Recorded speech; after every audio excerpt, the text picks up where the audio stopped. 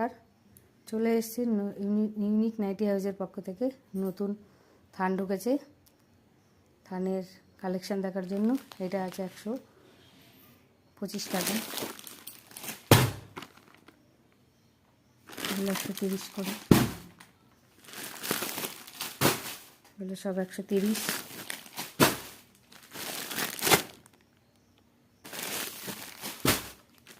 দেখুন সব 130।